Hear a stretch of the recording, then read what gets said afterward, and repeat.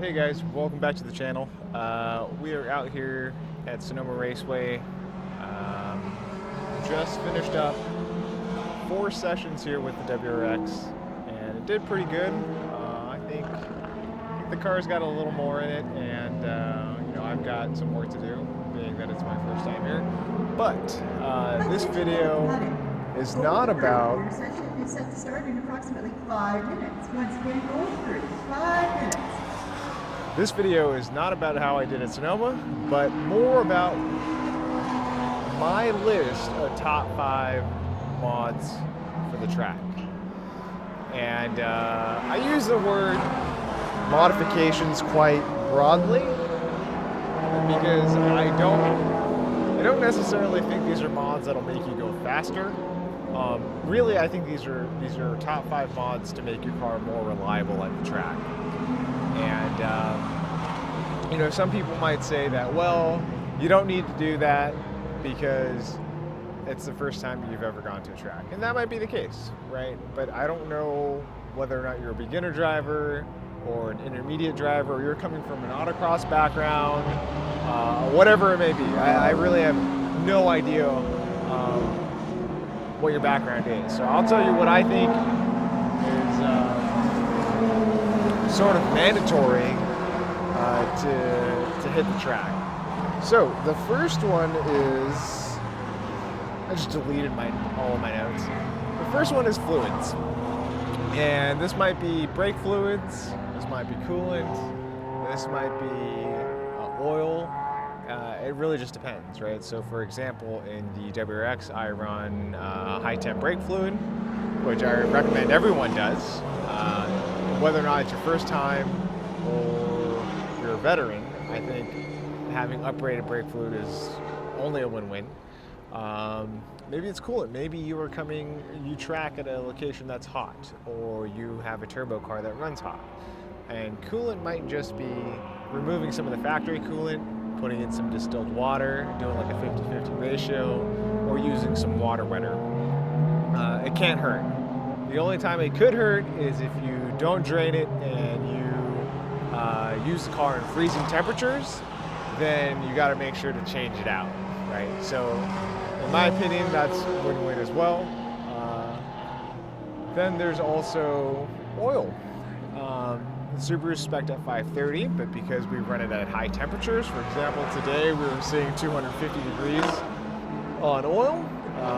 As oil surpasses the 212 mark, it starts to drop in viscosity, at least when you look at the 530 or 540.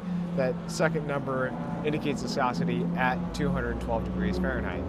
So if you're running it well above 212, that viscosity is going to drop. And if you know you're going to run above that, then you should run more viscous oil. Not too viscous, but something a little more viscous. Let's see, what else do I think is kind of needed? Brake pads is another one. So number 2 on my list outside of fluids would be brake pads.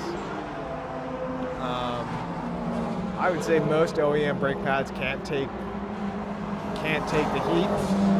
Yeah, if you've got a fast car, it has a big brake, comes from the factory with big brakes, there's a better chance that those brakes can handle track duty. But depending on the type of driver you are, how hard you are on your brakes, you might want to go with upgraded brake pads. Okay, so outside of brake pads, I would say. Checker flag is now out, and Gold Group, your session is up next. Once again, Gold Group cars to the grid. Outside of brake pads, I would say the ability to monitor the vital status of your car, or the vitals of your car. So things like oil pressure, oil temperature, coolant temperature. I think those are sort of the basics and sort of the must-dos. Most cars today don't come with an oil pressure gauge or oil temperature gauge. Some of the higher end cars do, but if you aren't driving one of those cars and you've got more of a project car style track car, then you definitely want to run an oil pressure gauge and an oil temperature gauge, and then maybe even a coolant gauge if your coolant gauge is sort of a dial gauge and doesn't give you a good readout. It's one of those dummy gauges where if you go above middle, you're overheating, something like that. Okay, so outside of, okay, we covered fluids, we covered brake pads, we covered the ability to monitor your car. I would say the next one, and I would do these, the last two, and I would do these in conjunction with one another, is a proper alignment and a good set of tires. The alignment is, it doesn't have to be super aggressive. Generally, you just want it more than stock. And you want it more than stock because depending on how hard you push the car, you're just going to eat up the shoulders of your tires, right? And that sucks because if you're running a set of $600, $1,000 tires and you go to a track day your first time, and say you've got some experience driving as autocross, you know how to push the car a little bit, and you just chew up a set of tires, that's it.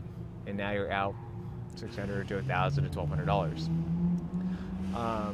So if you can get a good alignment, add some camber in, a decent amount, you know, it doesn't have to be super excessive. And every car is going to be different, every setup's going to be different. It's definitely worth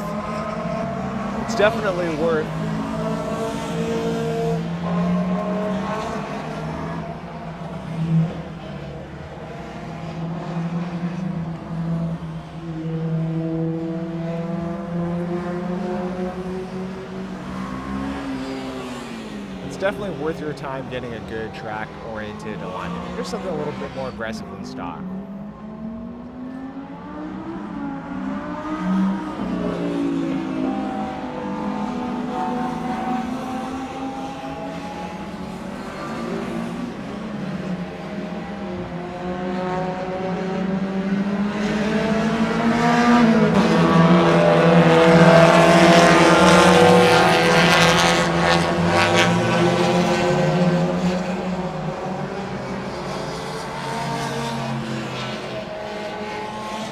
Finally, the fifth mod or thing that I would suggest you do is get a good set of tires. You can go to the track with a crappy set of tires, and that's fine, and you'll be able to find the limits of those tires very quickly. That's true. And I guess it may not be one of those things you want to do if you don't have much performance driving experience. But again, it depends on where you're coming from. And one of the things that you might find with street tires is they tend to overheat. They can't take the heat of track duty. And so they'll tend to fall off after a couple of laps, or they'll start to lose their grip or get greasy. It's debatable because if you go to a 100 tread wear tire and something that's like a NTO1R compound that can take the heat, it might cover up for a lot of mistakes that it would be easier to see if you didn't have a super grippy tire. So it's sort of a trade-off, but it's worth having a good set of tires so that you can go the entire session. Outside of that, I think if you do those 5 things, you can pretty much take the car to the track and have a blast. And you should be able to drive that car as hard as you want for as long as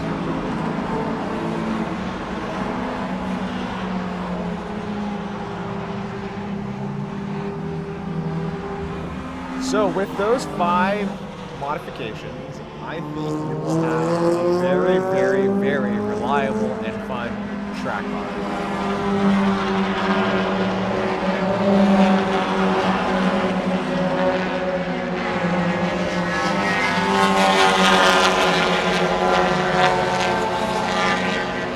Now with those 5 modifications, I think you will have a very, very reliable track car. Some of those are pretty given, like the brake fluids, brake pads, vital monitor. The tires and the alignment kind of depends on where you're coming from. But all said and done, I don't think this video is top 5 mods for just a beginner. I think it's for anyone looking to come from any background and that wants to take the car to the track. So guys, thank you very much for watching. It's going to be a short video here because I got to pack up and get out of here. If you have any questions, comments, please leave it in the comment section below. And as always, thank you very much for watching. We'll see you at the next video. Take care. Bye.